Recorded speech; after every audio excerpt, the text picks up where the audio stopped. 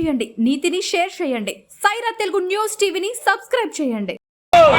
పాలస్తీనాపై Israel చేపట్టే దాడులను పాలస్తీనాపై Israel చేపట్టే దాడులను వామపక్ష పార్టీల ఐక్యత వామపక్ష పార్టీల ఐక్యత వామపక్ష పార్టీల ఐక్యత యుద్ధం వద్దు శాంతి కావాలి. పాలస్తీనాపై ఇజ్రాయెల్ చేపట్టే దాడులను పాలస్తీనాపై ఇజ్రాయెల్ చేపట్టే దాడులను పాలస్తీనాపై ఇజ్రాయెల్ చేపట్టే దాడులను ఈరోజు ప్రపంచ శాంతికి విఘాతం కల్పించే పద్ధతుల్లో ఇజ్రాయెల్ వెనకల అమెరికా దేశం ప్రపంచ శాంతికి భంగం కలిగించే పద్ధతుల్లో ప్రయత్నం చేస్తూ ఉంది. మనందరికీ తెలుసు, పాలస్తీనా అనే భూభాగంలోకి ఇజ్రాయెల్ గత 30 సంవత్సరాలుగా చొచ్చుకుంటూ వచ్చి ఈరోజు ఇజ్రాయెల్ పాలస్తీన్స్ మొత్తాన్ని కూడా ఈరోజు ఆ దేశం నుంచి తరివేయడం కోసం తీవ్ర ప్రయత్నాలు చేస్తున్నటువంటి పరిస్థితి చూస్తూ ఉన్నాం. ఇజ్రాయెల్ ఉన్నటువంటి హమాస్ తీవ్రవాదులు ఏదో దాడులు చేశారని చెప్పి ఆ పేరు మీద పాలస్తీన్ల మీద ఈరోజు పండుగట్టుకొని ఇజ్రాయెల్ నిత్యం దాడులు చేస్తున్నారు. ఇజ్రాయెల్ నిజంగా హమాస్ తీవ్రవాదుల మీద దాడి చేయాలనుకుంటే నిజంగా తీవ్రవాదుల మీద దాడి చేయాలి. కానీ ఇజ్రాయెల్ నివాస ఆవాసాలపై ఈరోజు బాంబుల వర్షం కురిపించింది.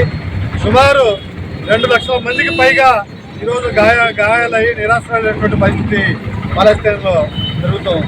అంటే పాలస్తీన్లో ఉన్నటువంటి గాజా ప్రాంతంలో కూడా వేలాది మంది అక్కడి ప్రజలు ఈరోజు గాయపడిన పరిస్థితి. ఈరోజు 26,000 మంది ఇప్పటికే పాలస్తీన్స్ మృతి చెందారు. అందులో అత్యధిక మంది 55,000 మంది మృతి చెందారు. వారందరిలో కూడా చంటి పిల్లలు, మహిళలు, వృద్ధులే అత్యధిక మంది ఉన్నారు. అంటే ఈరోజు హమాస్ పేరు మీద పాలస్తీన్ మీద టార్గెట్ చేసి ఈరోజు సాధారణ ప్రజల్ని, అమాయక ప్రజల్ని పదిగొట్టే పద్ధతుల్లో ప్రయత్నం చేస్తా ఉంది.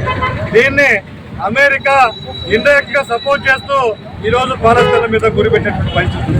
అమెరికా మొన్న పహల్గామ్ దాడి సందర్భంగా పాకిస్తాన్, భారత్ యుద్ధం చేయకోకుండా శాంతి ముద్దని చెప్పి నేను ఆపాను అని చెప్పేసి ట్రంప్ ఒకవైపు మాట్లాడుతూ ఉన్నాడు. అని మన ప్రధానమంత్రి మాట్లాడారు. మరి అదే ట్రంప్ అంటే ఈరోజు అమెరికా అధ్యక్షుడిగా ట్రంప్ వచ్చిన తర్వాత మొత్తం ప్రపంచవ్యాప్తంగా యుద్ధ మేఘాలన్నిటికీ అల్లుకుంటున్నాయి. అందులో భాగంగానే ఇజ్రాయెల్ అనేది పాలస్తీనా పైన, అందులో అరబ్బుల పైన ప్రధానంగా పాలస్తీనా నుంచి అరబ్బులను మొత్తం అంటే ముస్లింలందరినీ ఆ దేశం నుంచి పారదోలి కేవలం ఇజ్రాయెల్ దేశంగానే వాళ్ళు ఏర్పాటు చేసుకోవాలండి. కానీ సంధికాలంలో ఆ రోజు చేసుకున్నది కొన్ని హల్లేలు పెట్టి కొన్ని సమస్యల పరిష్కారం కోసం కొన్ని పద్ధతుల్లో ఈ విధంగా నిలవాలి అని చెప్పింది. కానీ ఈరోజు అమెరికా యొక్క గన్ను చూసుకొని మరి ముఖ్యంగా ట్రంప్ వచ్చిన తర్వాత ఇంతవరకు మన వాళ్ళు చెప్పినట్టుగా ఈ యొక్క పాకిస్తాన్కు మధ్యలో భారతదేశానికి పహల్గామ్ అనే సంఘటన సందర్భంగా మధ్యవర్తిగా నేనే ఆపినా అని చెప్తున్నాడు కదా. అటువంటి ఆ పెద్ద మనిషి ఈరోజు ఇజ్రాయెల్కు పాలస్తీనాకు సంబంధించిన యుద్ధంలో ఎందుకు జోక్యం చేసుకోవడం లేదు అని అంటే ఆయన ఓపెన్ గా చెప్తున్నాడు. పాలస్తీనాను పూర్తిగా వాళ్ళను వెళ్ళగొట్టేసి కొత్తగా పాలస్తీనా పట్టణాన్ని, దేశాన్ని నేను నిర్మిస్తాను అని చెప్తున్నాడు. అంటే ఈ రోజు ట్రంప్ అనేవాడు మొత్తం ప్రపంచంలోనే ఏకాధిపత్యంగా నేను చెప్పినట్టు ఈ యొక్క ప్రపంచంలో నేను దేశాలన్నీ వింటాయా లేదంటే మీ సంగతి తెలుస్తానన్నంత దుర్మార్గంగా ఆయన ముందుకు పోతున్నాడు. కాబట్టి ప్రజాస్వామ్యం కూలి చేయబడింది ప్రపంచవ్యాప్తంగా. ఆ యొక్క కూలి చేయబడితే ప్రపంచంలో మనం ఎవరం కూడా ఉండం.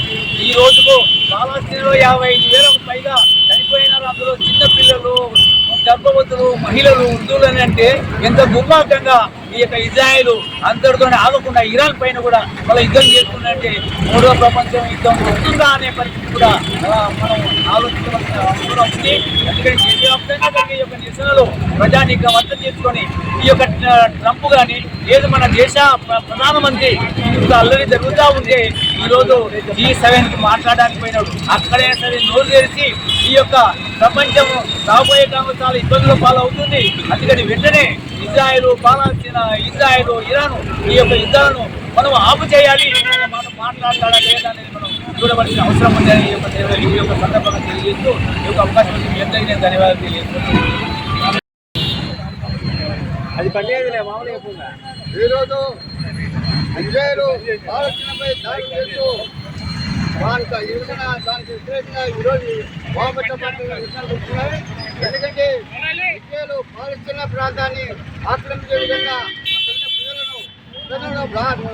దానిపై దాడి చేస్తూ హమాస్ ఉగ్రవాదులనే హమాస్ అనే ఉగ్రవాదాన్ని చెప్పి వాళ్ళు పేరు చెప్పి ప్రజలపైన దాడి చేస్తూ పెద్ద భవంతులు కూడా నాశనం చేస్తూ వాళ్ళను అతన్ని చేసే పద్ధతిలో విద్యాలు పాల్పడుతుందని ఈరోజు వామపక్షం విషయం చెప్తున్నాయి.